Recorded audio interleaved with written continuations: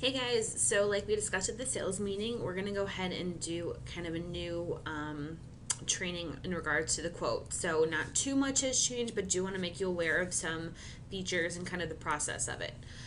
So as we're doing quotes, assuming that your contact or company is already in the system, we're going to go ahead and go to sales and go to contacts. I'm going to show you two different ways to kind of start that process. So you're going to go ahead and do a search for the contact that you're writing the quote for. I'm going to go ahead and do Quick Draw, which is one of my test accounts. Found him, and again, using that navigation bar, you want to make sure that Quick's name or Joe's name or John's name, whoever it is, comes up right here for you guys. So, and you want to use that drop down right next to his name. So again, you search for your guy. This is his actual account on here. You're going to click the little drop down next to his name, click on quotes. And this is going to bring up all the quotes that you've done for this contact. And at this point, you can go ahead and click on Add New Quote.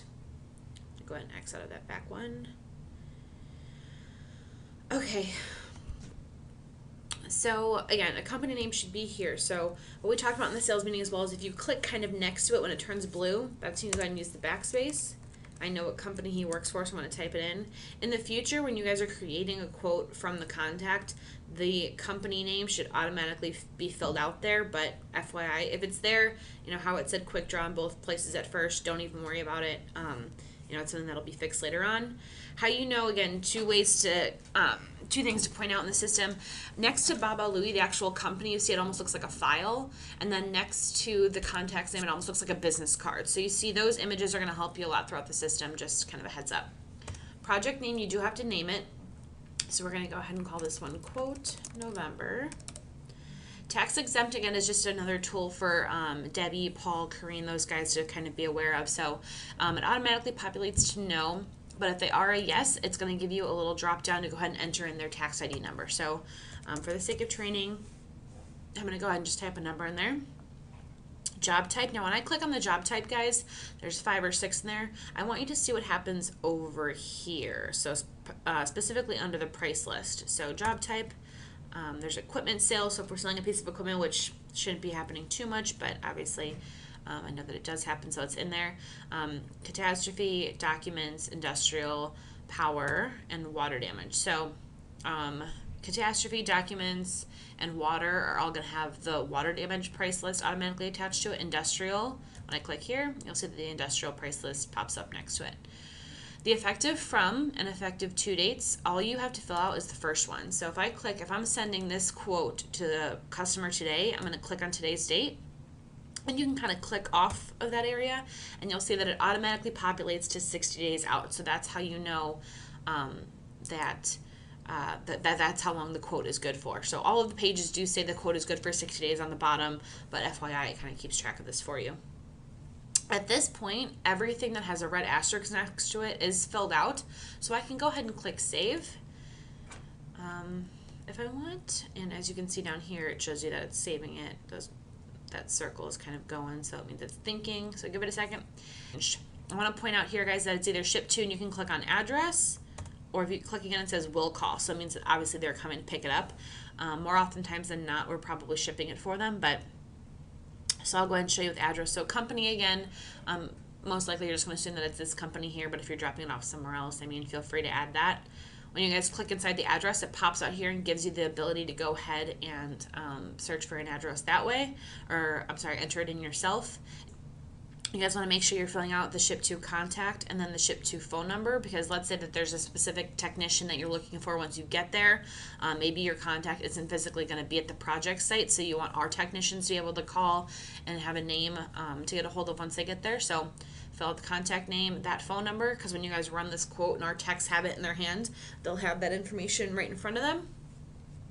Another thing I want to point out is this discount area. So basically, this is where you're discounting the entire quote as opposed to discounting certain line items. So again, once you've saved all of this up here, that's when you guys can go ahead and scroll down. Sorry.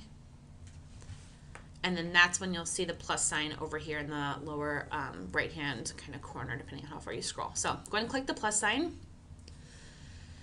And a few things that I want to point out before I get started. So basically, if you've got more than one product that you're adding to this quote, which more than likely you do, I want you guys to use the Save and New button so that when you fill out the information that you need and click Save and New, it's going to save it to the quote and you'll see it back here, but then it'll also give you a brand new screen here to keep entering in those products. So it's not like you're closing out the window and opening it over and over and over again. It kind of keeps that process moving for you guys so it goes a little bit quicker. Otherwise, when you guys are on your last product, I want you guys to be using Save and Close. So you'll see kind of through my process how I do that twice. Another part is the selecting product. So it's either existing or a write-in.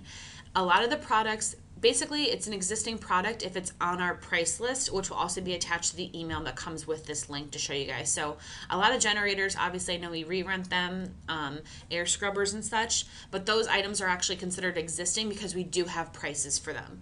A write-in product, actually I believe air scrubbers are something that would be a write-in, so they're not in the system, but you would click write-in and then you would type in that write-in product over here and then assign a certain price to it. Otherwise, anything that's on the price list, guys, is an existing product, so FYI. So I'm going to type existing product. This box is no longer able for you guys to type in just because a lot of typos were happening and people were getting frustrated when they try to search for products. So I want you guys to always be clicking this little box over here.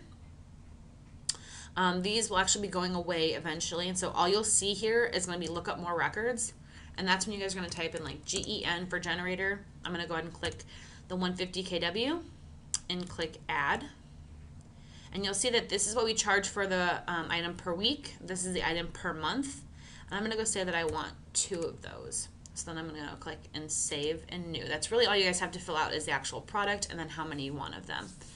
So I went ahead and clicked Save and New. So the screen is going to go ahead and save it to my quote like you saw back here, and then it gives me a new screen to work with. So I'm going to go ahead and do an existing product once again, and I'm going to go ahead, I'll just pull, I am going to pull an Arctic Dry, but I'm going to look up more records. So Arctic Dry 40 ton, check that, and click add.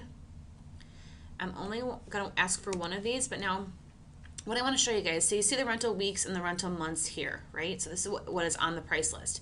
You see price here, and this is what we are currently charging.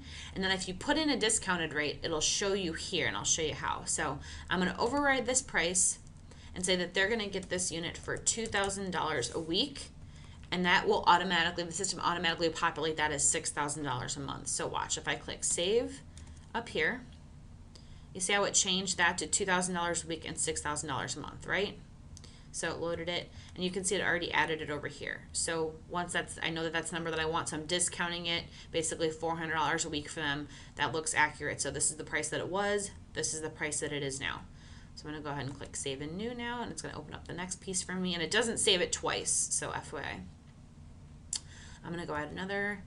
I'm going to go ahead and add freight to show you guys. Freight is automatically, it's going to be one of, it's going to be one of those items in the system that does not have a price attached to it already, because freight obviously is going to change from state to state, same with fuel, same with labor, depending on the technician's time and all that good stuff. So freight is a zeroed out item, and what you're going to do is you're going to put 1 in here automatically, doesn't matter if there's 5 trucks, 10 trucks, whatever, you should know just a general price of what it is. So again, just put 1 in there, automatically overriding the price. I'm going to scroll down a little bit, and let's say freight we're charging $5,000. Oops, that's not too many zeros. So $5,000 for the freight.